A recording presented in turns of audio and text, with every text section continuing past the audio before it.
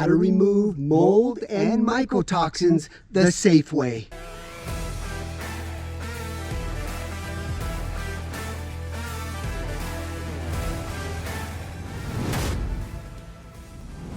All right, guys, we got a call from Neil and Diane here that especially Diane and the daughter are very, very sensitive to chemicals. They did some testing and they found that there definitely was some mycotoxins and Stachybotrys from an upstairs bathroom leak going into the kitchen. And Stachybotrys is that black toxic mold that a lot of people deal with. Now, a lot of the questions that we get from a lot of homeowners is, hey, what products do you guys use? I'm very sensitive to chemicals. My immune system's low. I cannot afford to breathe any sort of harsh chemicals such as bleach and a lot of these mold products such as RMR, unfortunately, leave a very harsh bleach chemical smell. Right. So in this video, we're going to show you some great botanical EPA approved treatments that are awesome, especially for those of you that have a very, very low sensitivity to those type of chemicals. Speaking of sensitivity,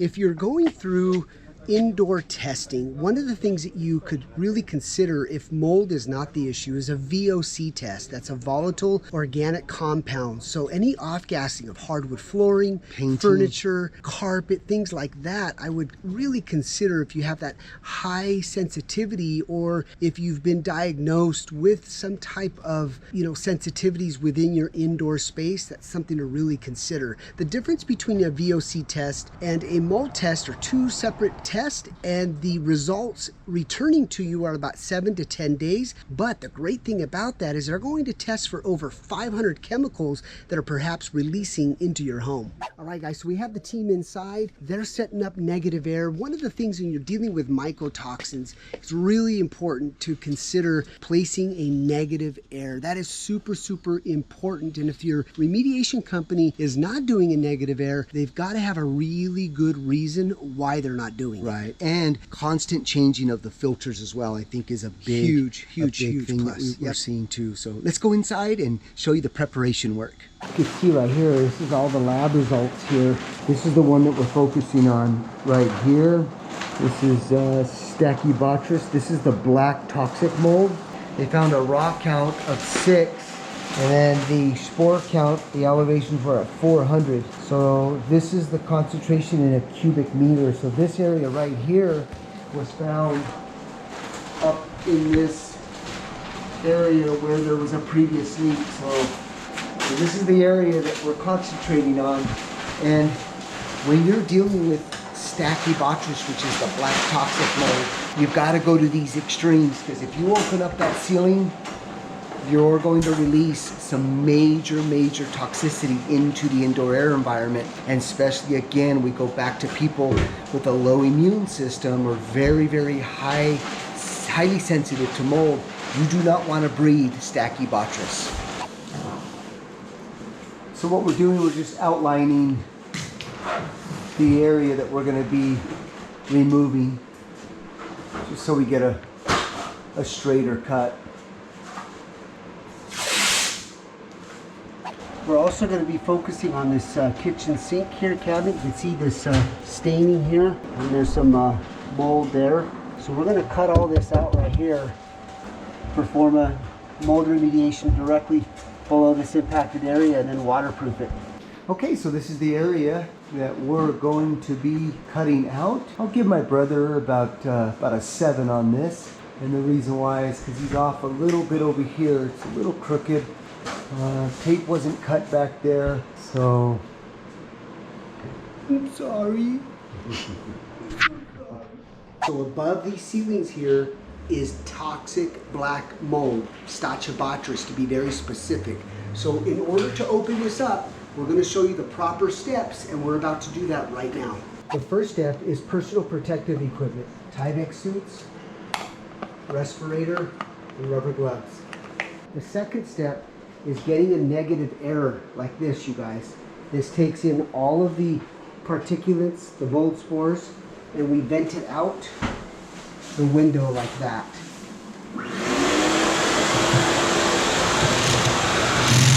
All right, see, you can tell that there's some water stains right there from the previous leak. There's all the plumbing exposed. This wood structure looks pretty good though. Not a lot of staining here. There's the tub there. Really clean here. No signs of any biofilm that's growing on the wood. That toilet looks like a suspect area there though, Dave. Okay, now that this has been exposed, I'm gonna head up top and we're gonna test for any leaks. All right, I'm gonna go upstairs and start running these tests. Here's the bathroom here. All right, so you can see they've got this drain taped off for whatever reason. We're gonna go ahead and remove that. Start running some water tests. All right, when you're testing, you obviously want to run each individual. A lot of times people will start running a bunch of water throughout everywhere, and that's not what you want to do. You want to do what we call an isolated test. So in this case, we're going to do the toilet. Okay, so we want to flush the toilet 4 or 5 times. Got a guy down below, he's inspecting, and then we'll move over to the tub, and then from the tub, we'll move over to the lab. And the secret, guys, is to hold the handle down. If you want a really good flush, a lot of people don't realize this, but if you hold this handle down a good 4 or 5 more seconds, you're going to utilize everything in the bowl and everything in this in the tank here. So just a little tip. All right, so now we're turning on the tub spout. Just to check the drain here. Make sure that that's okay. All right, so the next step is we're going to be filling up the tub. What we want to do is we want to fill it all the way up to about right here and make sure that this overflow plate is intact. So again, you want to start at the lowest.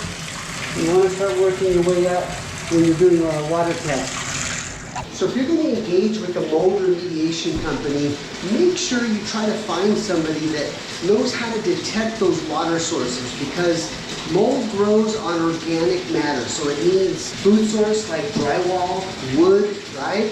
And then it needs moisture. So without moisture, mold cannot even start to grow or begin to migrate. So really important to detect where those water sources are and completely eradicate and fix them, and making sure, especially when you have ceiling openings like that, that is the time to go through a very thorough leak detection process, because you don't want to have to go through this ever again.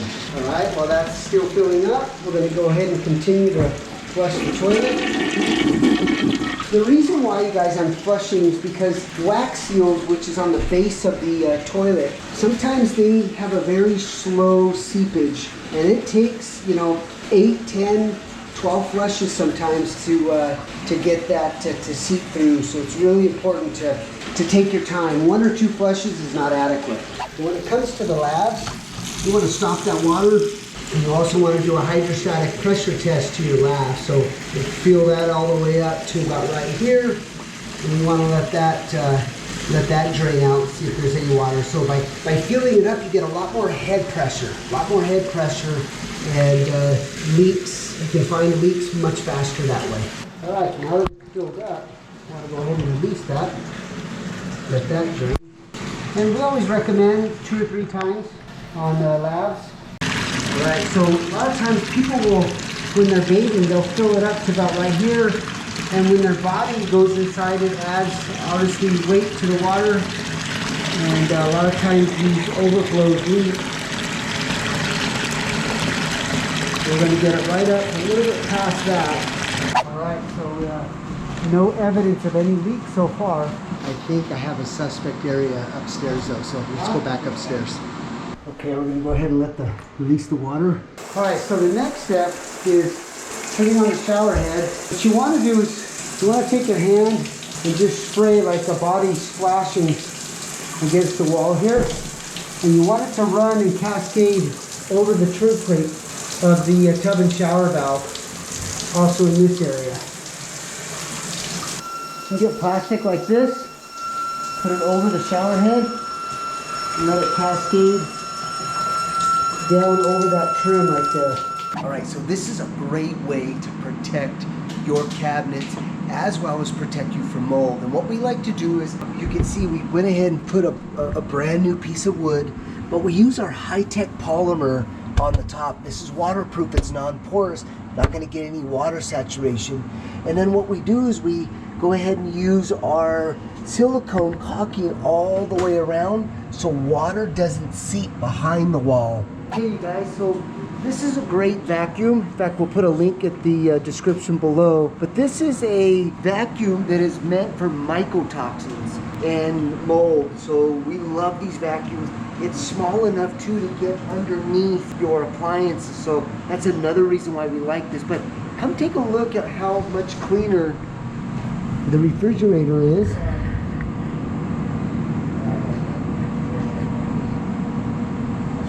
All right, guys, so now that we found the leak, we're about to fix this leak. And in order for us to fix this leak, we're going to have to make an incision behind that tub valve. Because if you recall, the leak was coming through that valve as well as that large noise. So we're going to take care of both issues by replacing this one valve. Now, because of their sensitivities and because the leak was originating from there, we have no idea if there is mold or not. So we're going to take that extra added cautious here and build a huge critical barrier. The great thing about it is we've got this window here, so we'll have our air scrubber as we're making the incision. All those particulates will go straight to the outside and not enter into this bedroom. And now it's time to put the zipper door in.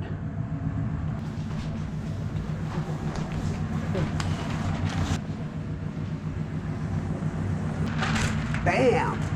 Here we go.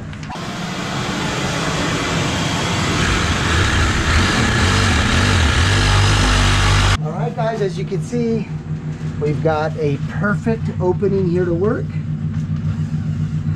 So now let's go shut the water off to the house. We'll drain the system and then we'll start making our cuts here. Okay, Dave, we are drained, ready to cut. We're okay to cut? Yep. All right. Oh, just one little tip here.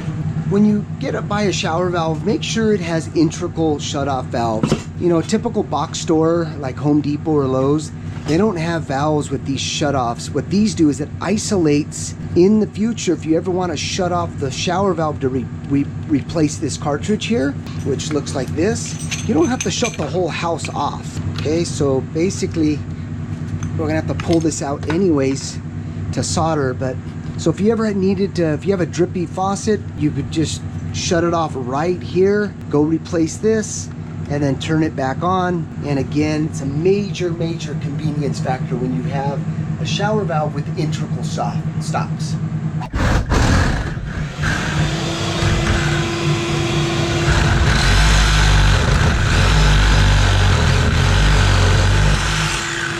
Need a sawzall, Jim? No.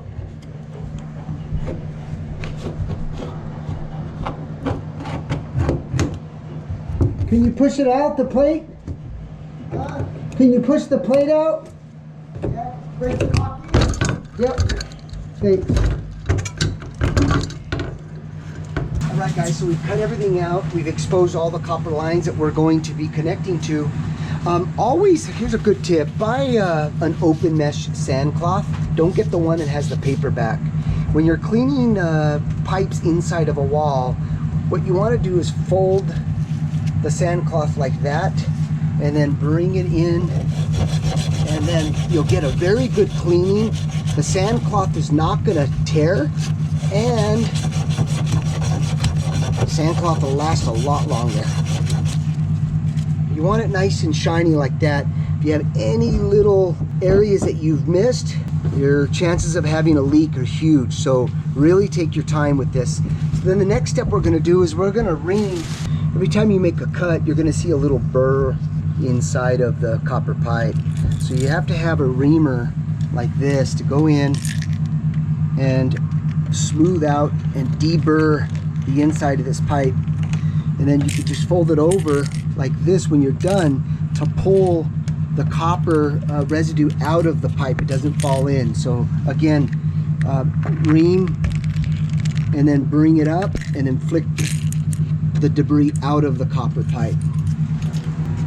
Gosh.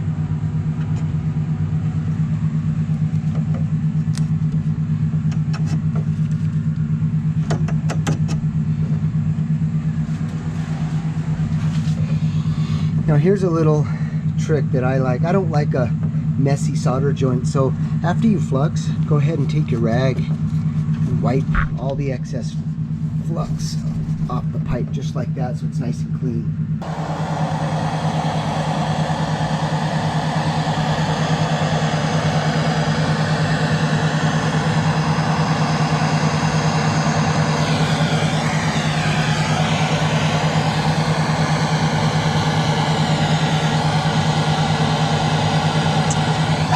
All right, we're going to turn on the main valve real slow.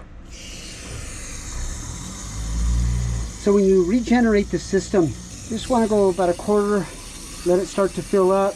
We always, if there's a leak, the guys will tap on the piping inside that wall and it will reverberate all the way to where I'm at, and that's a signal for me to shut the water off if there's a leak. So far I don't hear any tapping.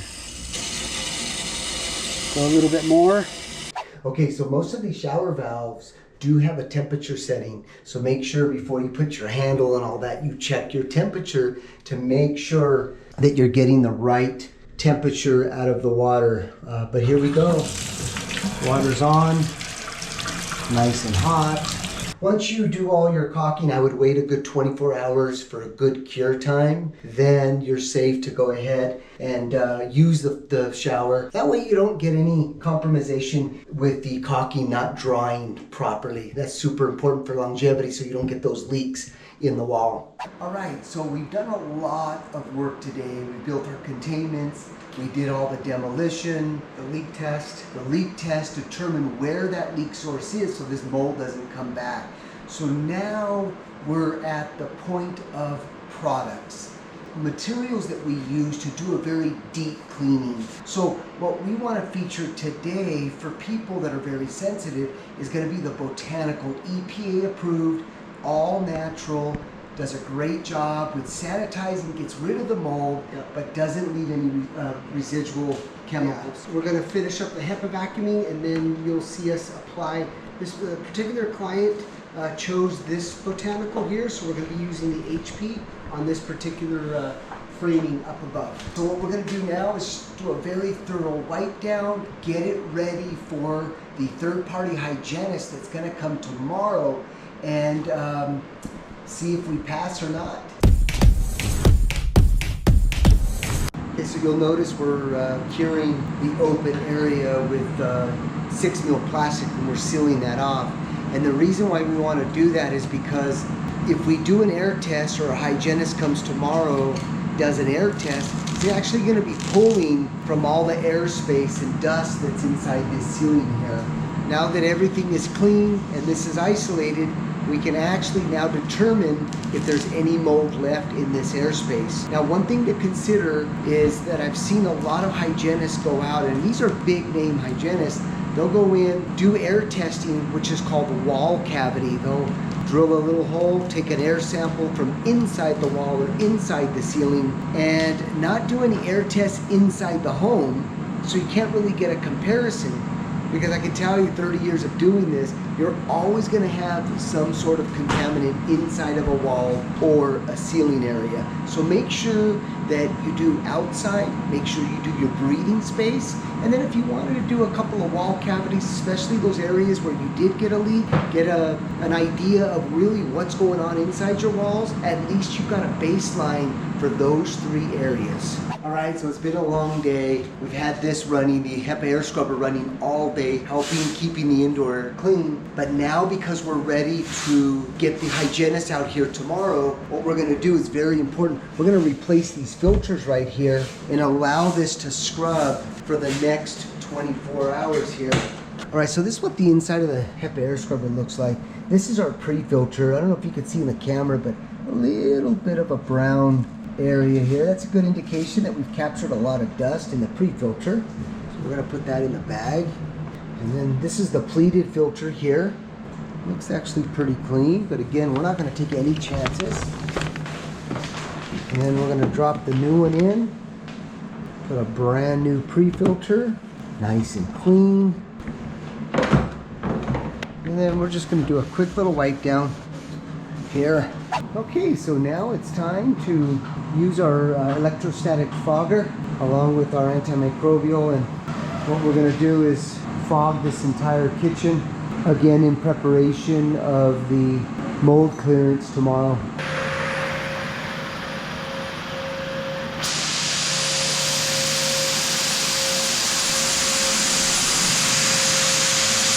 All right, guys, we are ready for the hygienist. And I'm not just saying this because I'm on camera, we perform the work. It is amazing when you get in there and do a deep cleaning, get rid of all the contaminants. A huge, huge difference. All right, well, we're looking forward to tomorrow. Big day. See if we're gonna get clearance here. Guys, we passed. So right now we're gonna go ahead now and prep and do the drywall patch, get it ready for painted, and then we're completely done. All right, so we've got our barrier around the drywall patch just to prevent any dust particulates. Covered all this, covered all the floors. We still have our air scrubber going. We still want to block off the duct system again. Take any chance of any dust going into any area here. So we're just gonna get this drywall up, get it sanded, start putting this job to a closure. Such great news that we passed. That's the best feeling ever. And that goes for, even our plumbing inspections, bath remodeling inspections. Anytime you get an inspector to come out and verify your work, it's a gratifying feeling.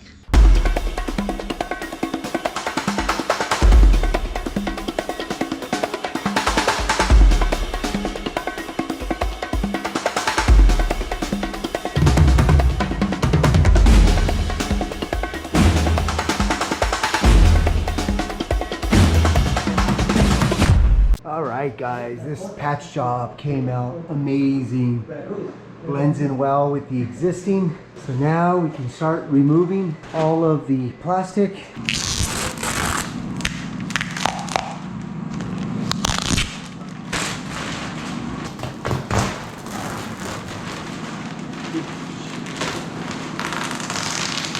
All right, guys, as you can see, got all the containments completely down, bagged, disposed. And as a final step, as a last final step, we love using our mold solution concentrate made by EC3. This stuff is really, really awesome. Again, it's another botanical, it's a surfactant. What we like doing is doing a light mist, especially a light mist in the air is a good application. And the longer you let it sit on all of the surfaces, it's a perfect decontamination for that final cleanse. It's great for cabinets, countertops, great for carpet, great for sofas. It doesn't have any lifting agents in it where it's going to stain, so highly recommend. So when you use this, you want to use the distilled water so you get the best performance by mixing the two.